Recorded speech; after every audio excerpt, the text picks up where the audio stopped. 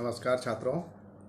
हम पिछले वाले लेक्चर में उपभोक्ता की बचत के बारे में चर्चा कर रहे थे और हमने मार्शल द्वारा जो उपभोक्ता की बचत के बारे में धारणा दी गई थी उसका अध्ययन किया था।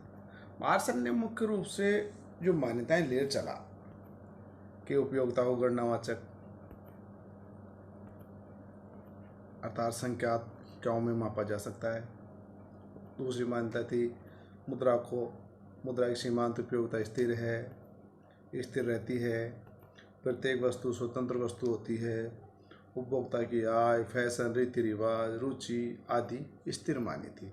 इस तरह से मार्शल ने बहुत सी मान्यताएं ली थी और उसके बाद में उसने उपभोक्ता की बचत की धारणा पेश की थी और उसने ये बताया कि कुल उपयोगिता होती है वह सीमांत उपयोगिताओं का जोड़ होती है। और जो बचत की बात की कि उपभोक्ता की बचत के बारे में बताया तो उसने कहा कि यह जो उपभोक्ता देने के लिए तैयार रहता है और वास्तव में जो देता उनका अंतर बताया था। अब इसके आगे चल करके अनेक अर्थशास्त्रियों ने इसकी आलोचना की और आलोचना में ये पाया कि मार्शल की जो अवधारणा है वो सही नहीं है, अर्थात उसमें बहुत सी खामियां मौजूद हैं।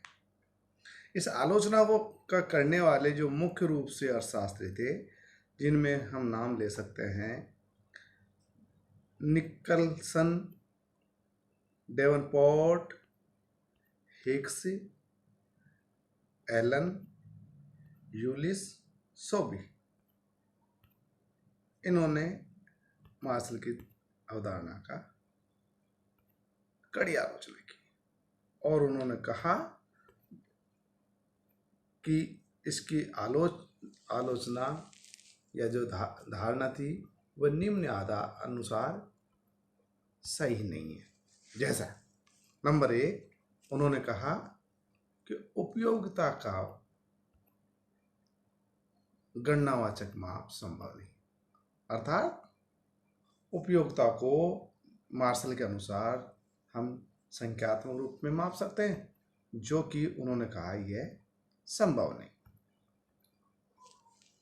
इसलिए यह संभव नहीं है तो मार्शल द्वारा प्रतिपादित उपभोक्ता की बचत की धारणा भी अव्यावहारिक हो गई। दूसरी उन्होंने जो आलोचना की वह बताई कि वस्तुएं स्वतंत्र नहीं होती, गुड्स आर नॉट इंडिपेंडेंट। इस सिद्धांत की यह मान्यता गलत है कि प्रत्येक वस्तु की उपयोगिता केवल उसी वस्तु की मात्रा पर निर्भर करती है। वास्तव में प्रत्येक वस्तु की उपयोगिता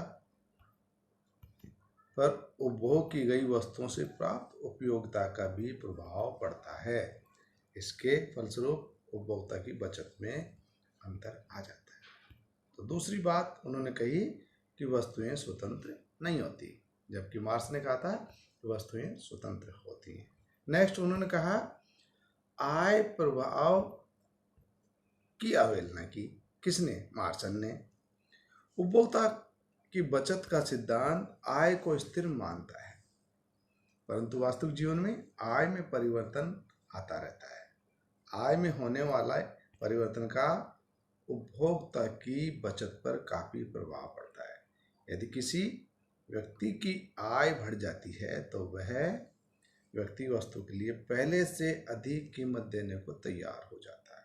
इस प्रकार आय के बढ़ने पर उपभोक्ता की बचत बढ़ जाती है, जबकि मार्शल ने ऐसा नहीं माना था। नेक्स्ट उन्होंने कहा मुद्रा की सीमांत उपयोगिता स्थिर नहीं रहती है, जबकि मार्शल ने माना कि मुद्रा की सीमांत उपयोगिता स्थिर रहती है।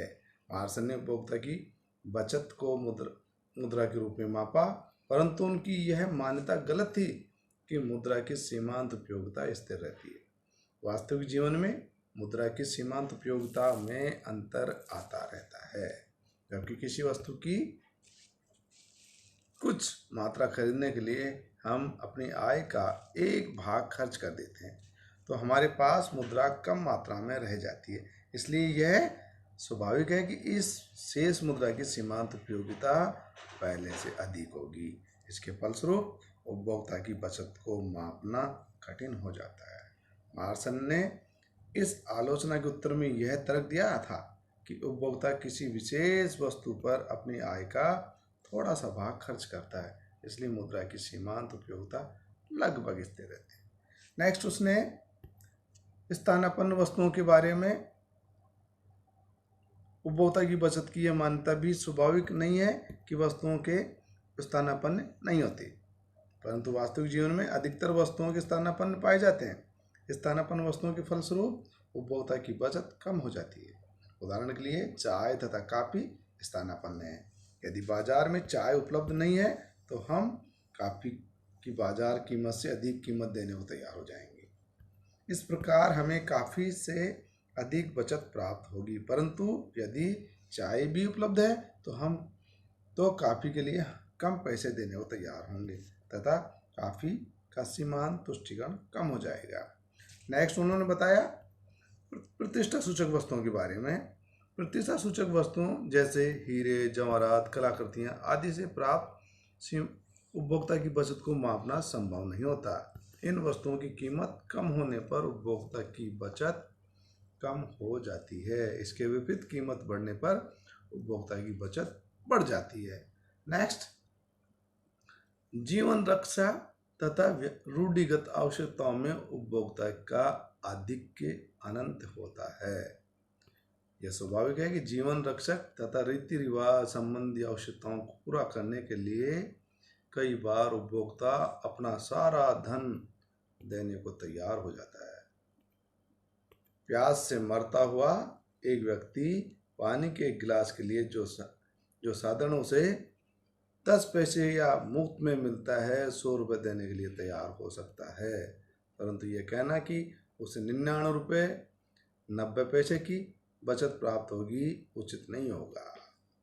इसी प्रकार उपभोक्ता का आधिक्य शून्य हो जाता है। यूलिस गोबी का मत है कि यदि सभी खरीदी जाने वाली वस्तुओं का विचार करें तो हम इस निष्कर्ष पर पहुंचेंगे कि उपभोक्ता जो कीमत देने को तैयार होता है और जो वास्तव में देता है उन दोनों का अंतर शून्य होता है। मान लो एक व्यक्ति के पास 10 रुपये हैं, इससे वे 4 रुपये सेवों पर और 6 रुपये अन्य वस्तुओं पर व्यय करता है। अन्य वस्तुओं पर 6 रुपये व्यय करने के पश्चात उसके पास 4 रुपये बच जाते हैं, तो वह सेवों पर व्यय करना चाहता है और वह राशि भी ही वास्तव में उसे व्यय करनी है। अतएव जो कीमत वह देना चाहता है और जो देता है उसका अंतर शून्य हो जाता है। और अंत में उन्होंने कहा भ्रमपूर्ण धारणा निकलसन का यह मत है कि उपभोक्ता की बचत एक भ्रमपूर्ण धारणा है जो वास्तविक जीवन में नहीं पाई जाती। इस तरह से हम कह सकते हैं कि विभिन्न अर्थशास्त्रियों ने मार्शल की जो बचत की धारणा थी उसके बारे में काफ़ी आलोचना की। और अब हम आगे इसको यहीं ख़त्म करते हुए आगे हम उपभोक्ता की बचत की हिक्स द्वारा दी गई धारणा के बारे में चर्चा करेंगे। Thank you.